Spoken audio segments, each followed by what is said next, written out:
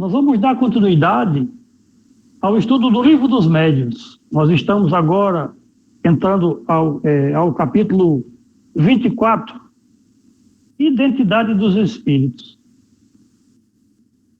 Nesse capítulo está inserido provas possíveis de identidade, distinção dos bons e dos maus espíritos, perguntas sobre a natureza e a identidade dos espíritos.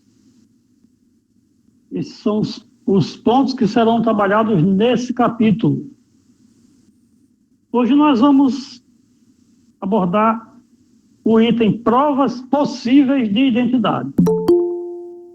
Isso é interessante, porque diante do estudo da doutrina espírita, a gente possivelmente possa se deparar com livros, com mensagens, e a gente não sabe, ou talvez não consiga definir se realmente essas mensagens, se esses livros, eles são verdadeiramente doutrinários, se a gente não estudar a doutrina. Porque existem muitas sutilezas por parte desses espíritos que querem passar para nós doutrinas que são deles. Então, conhecendo, estudando a possibilidade da identificação, a gente consegue perceber nuances dentro dessas mensagens para a gente observar se procede ou não daquele espírito que está nominado ou do padrão moral dos espíritos do padrão daquele que tem o seu nome. Eu vou fazer uma leitura e a gente vai conversando em cima dessa leitura. Vamos começar pelo item 255. A questão da identidade dos espíritos é uma das mais controvertidas, mesmo entre os adeptos do espiritismo. É que, com efeito, os espíritos não nos trazem um ato de notoriedade e sabe-se com que facilidade certos deles tomam nomes emprestados. Assim, depois da obsessão, é uma das maiores dificuldades do espiritismo prático. De resto, em muitos casos, a identidade absoluta é uma questão secundária e sem importância real. A identidade do espírito de personagens antigas é a mais difícil de se constatar, com frequência mesmo impossível, e se reduz a uma apreciação puramente moral. Julgam-se os espíritos como os homens, pela sua linguagem. Se o espírito se apresenta sob o nome de Fênelon, por exemplo, e diga trivialidades e puerilidades, é bem certo que esse não pode ser ele. Mas, se não diz senão coisas dignas do caráter de Fênelon, e que este não desaprovaria, senão uma prova material, pelo menos toda a probabilidade moral de que deva ser ele. É nesse caso, sobretudo, que a identidade real é uma questão acessória. Do momento em que o espírito não diz senão coisas boas, pouco importa o nome sob o qual elas são dadas. Esse é o ponto que a gente deve considerar na avaliação da identidade.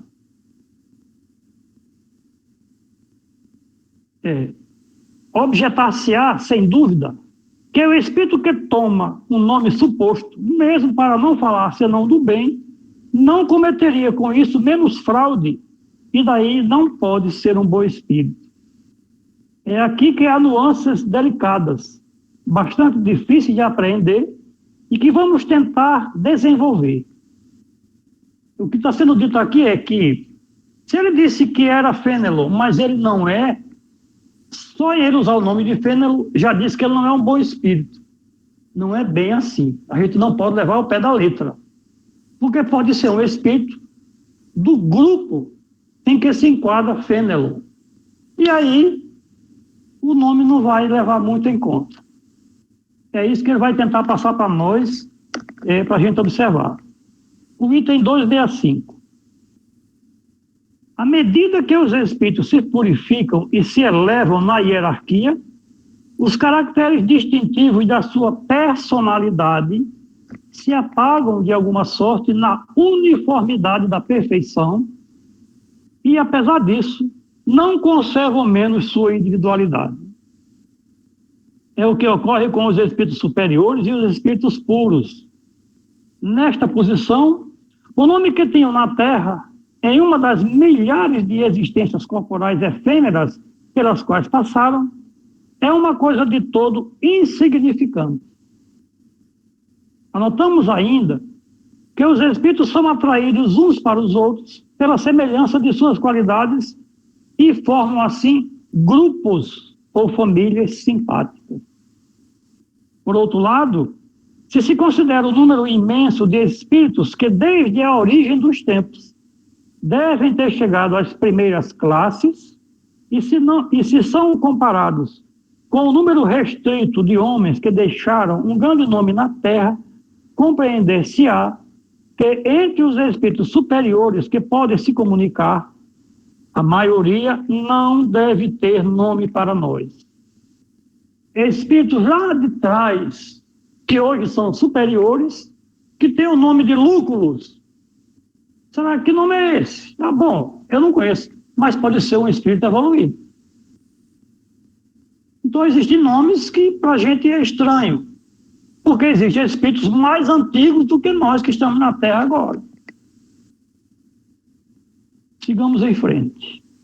Porém, como necessitamos de nome para fixarmos nossas ideias, esses espíritos podem tomar o nome de um personagem conhecido, cuja natureza se identifica melhor com a sua, assim como Bezerra, como Chico,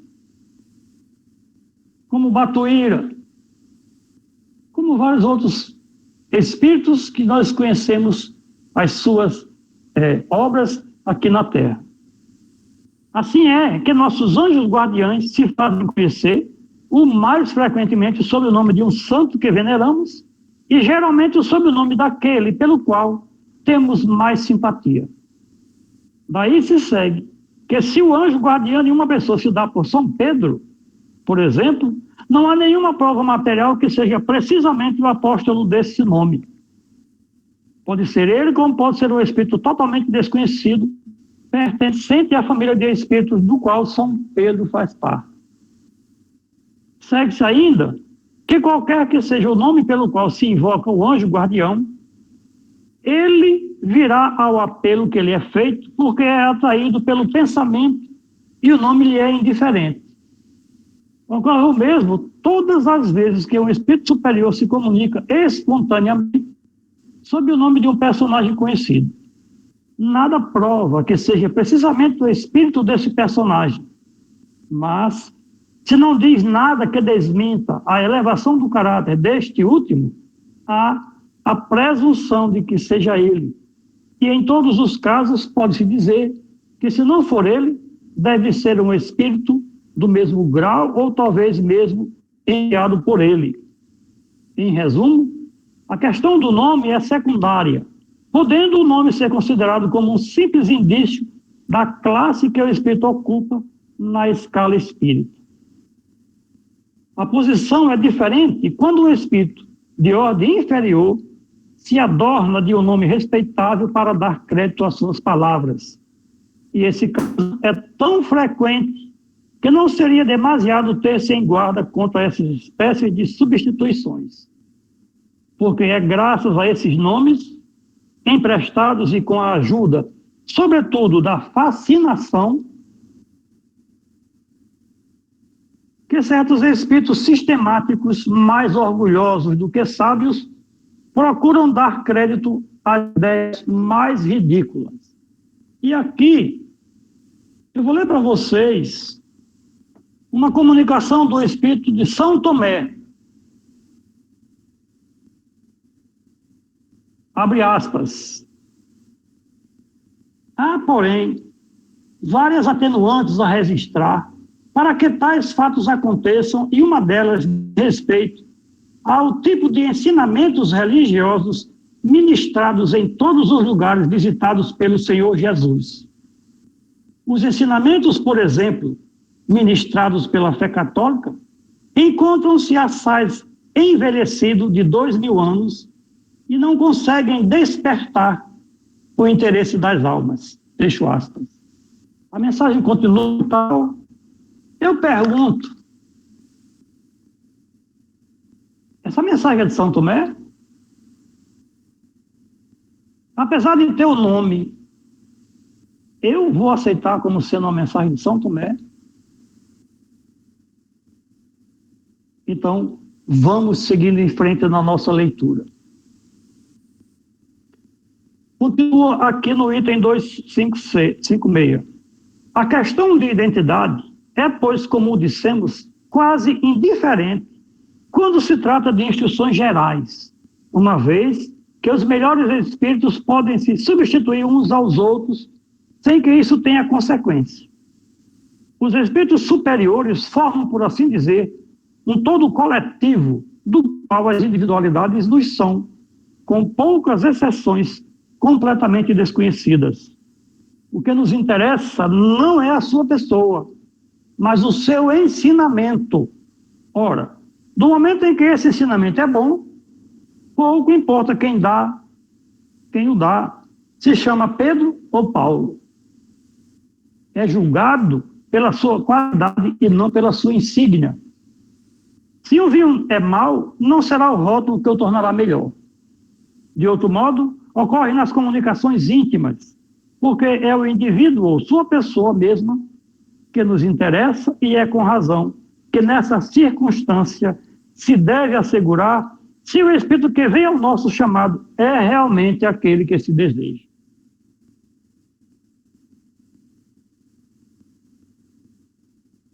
Aí vamos mais à frente um pouquinho para a gente incrementar a nossa leitura, outra mensagem de São Tomé.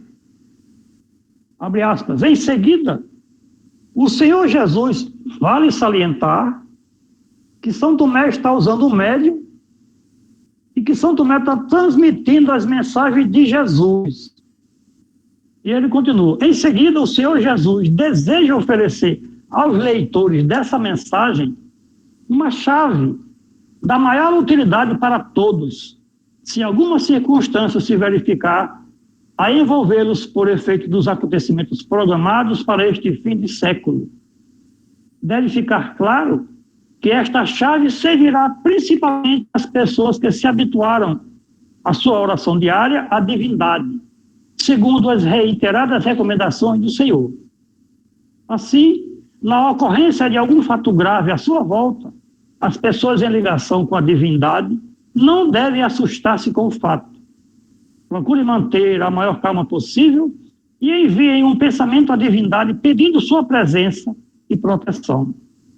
Fiquem todos os leitores certos de que essas atitudes será recebida instantaneamente pela divindade e o seu socorro se positivará também instantaneamente. Esta é a chave que o Senhor Jesus oferece a todos os leitores das suas mensagens. Chave com a qual abrirão a porta de sua proteção e tranquilidade, fecho aspas. Então a gente percebe, pela mensagem que tem o nome de Jesus, que fala em proteção, que fala em amor, mas essa mensagem é de alguém, é de algum espírito evoluído? Será? A minha razão aceita? Vamos em frente. Item 257. A identidade é muito mais fácil de se constatar quando se trata de espíritos contemporâneos, dos quais se conhece o caráter e os hábitos, porque são precisamente por esses hábitos dos quais ainda não tiveram tempo de se despojar, pelos quais se fazem reconhecer. E dizemos, em consequência, que aí está um dos sinais mais certos de identidade. O espírito pode, sem dúvida, dar provas sobre o pedido que se lhe faz, mas não faz sempre senão o que lhe convém. E, geralmente, esse pedido ofende. Por isso, deve-se evitar fazê-lo. Deixando o seu corpo, o espírito não está despojado de sua susceptibilidade. Melindra-se com toda a questão que se tenha por objeto, pô-lo à prova. Perguntas há que ninguém ousaria fazer-lhe se ele se apresentasse vivo, pelo receio de faltar às convenções. Por que, pois, ter-se-ia menos consideração por ele depois de sua morte? Que um homem se apresenta em um salão declinando seu nome, irá alguém pedir-lhe a queima-roupa para provar que é ele mesmo, exibindo seus títulos sob o pretexto de que há impostores? Esse homem seguramente teria o direito de lembrar ao interrogante as regras da civilidade. É o que fazem os espíritos não respondendo ou se retirando. Tomemos o exemplo por comparação. Suponhamos que o astrônomo Arago, quando vivo, se fizesse presente em uma casa onde sua pessoa não fosse conhecida e se o apostrofasse assim: dizeis que sois Arago, mas, como não vos conhecemos, dignai-vos de nos provar, respondendo às nossas perguntas. Resolvei tal problema de astronomia. Dizei-nos vosso nome, prenome, o de vossos filhos, o que fazias tal dia, a tal hora e etc. O que teria respondido? Pois bem, como espírito, fará o que teria feito quando vivo, e os outros espíritos fazem o mesmo. Item 258. Enquanto os espíritos recusam a responder às perguntas pueris e impertinentes, que se teria escrúpulo em dirigi-las quando vivos, frequentemente eles mesmos e espontaneamente dão provas irrecusáveis de sua identidade pelo seu caráter que se revela pela sua linguagem, pelo emprego de palavras que lhe eram familiares, pela citação de certos fatos de particularidades da sua vida, algumas vezes desconhecida dos assistentes, e cuja exatidão se pôde verificar. As provas de identidade ressaltam, por outro lado, de uma multidão de circunstâncias imprevistas que não se apresentam sempre de um primeiro golpe, mas na continuidade das conversações.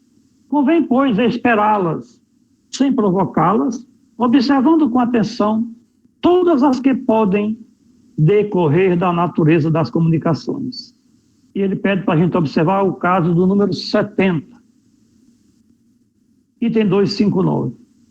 O meio que se emprega algumas vezes com sucesso para se assegurar da identidade quando o espírito se comunica é suspeito, consiste em fazê-lo afirmar, em nome de Deus Todo-Poderoso, que é aquele que se diz ser. Ocorre frequentemente que aquele que toma um nome usurpado recua diante de um sacrilégio e que depois de ter começado a escrever, afirma em nome de, se detém e traça com cólera riscos insignificantes ou quebra o lápis. Se é mais hipócrita, ilude a pergunta por uma restrição mental, escrevendo, por exemplo, certifico-vos que digo a verdade, ou ainda, atesto em nome de Deus que sou eu mesmo quem vos falo e etc. Mas há os que não são tão escrupulosos e juram tudo o que se queira. Um deles se comunicou por um médium dizendo-se ser Deus. E o médium, muito honrado, com tão alto favor, não hesitou em crer. É o caso dessa leitura que eu estou fazendo aqui. Esse médium, ele acredita que está recebendo São Tomé e que está falando com Jesus. E aqui, voltando ao nosso livro dos médiuns, ele continua. E diz, não sou Deus, mas sou seu filho. Sois, pois, Jesus? Isso não é provável porque Jesus está tão altamente colocado para empregar um subterfúgio. Ousais, pois, afirmar em nome de Deus que sois o Cristo? E ele respondeu, eu não disse que sou Jesus. Disse que sou filho de Deus, porque sou uma das suas criaturas. Deve-se concluir daí que a recusa da parte de um espírito de afirmar sua identidade em nome de Deus é sempre uma prova manifesta de que o nome que tomou é uma impostura, mas que a afirmação é apenas uma presunção e não uma prova certa.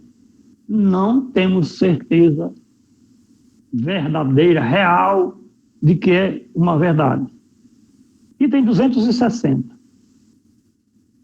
Pode-se também colocar entre as prova de identidade é a semelhança da escrita e da assinatura, mas, além de que não é dado a todos os médios obterem esse resultado, ele não é sempre uma garantia suficiente. Há falsários do mundo dos espíritos como neste. Isto é, pois, apenas uma presunção de identidade que não adquire valor senão pelas circunstâncias que a acompanham.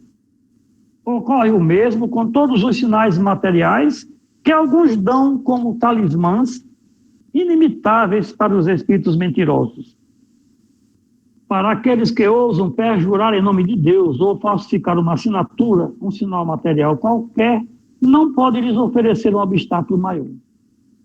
A melhor de todas as provas de identidade está na linguagem e nas circunstâncias fortuitas. E o item 261, que é o que vai encerrar a minha leitura, disse-á, sem dúvida, que se um espírito pode imitar uma assinatura, pode do mesmo modo imitar a linguagem. Isso é verdade. Vimos os que tomam descaradamente o nome do Cristo e, para enganar, simularam o estilo evangélico e prodigalizaram a torto e a direito estes nomes bem conhecidos. Em verdade eu vos digo. Mas, quando se estudou o conjunto sem prevenção, quando se esquadrinhou o fundo do pensamento, a importância das expressões, quando ao lado de belas máximas de caridade se viram recomendações pueris e ridículas, foram preciso estar fascinado para eludir.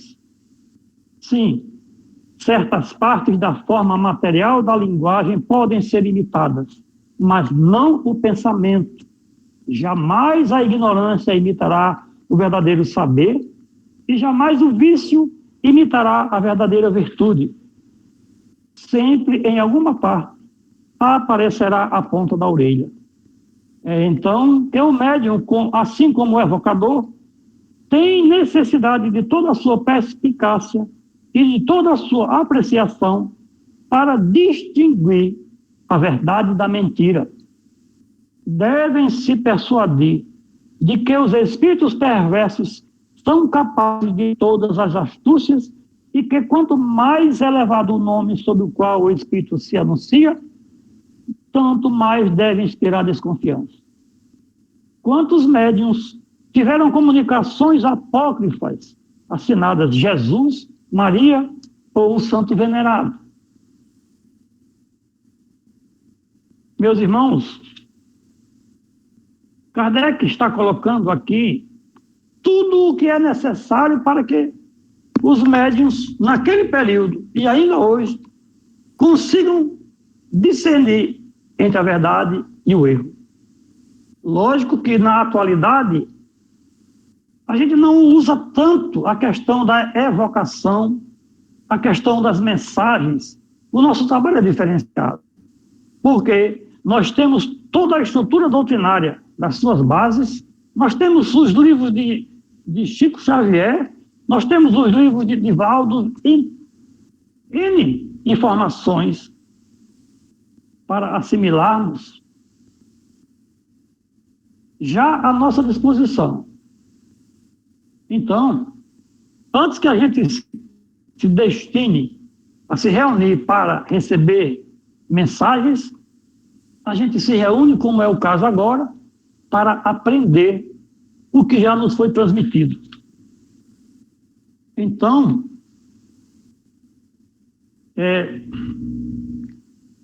o que foi dito aqui por Kardec em 1864,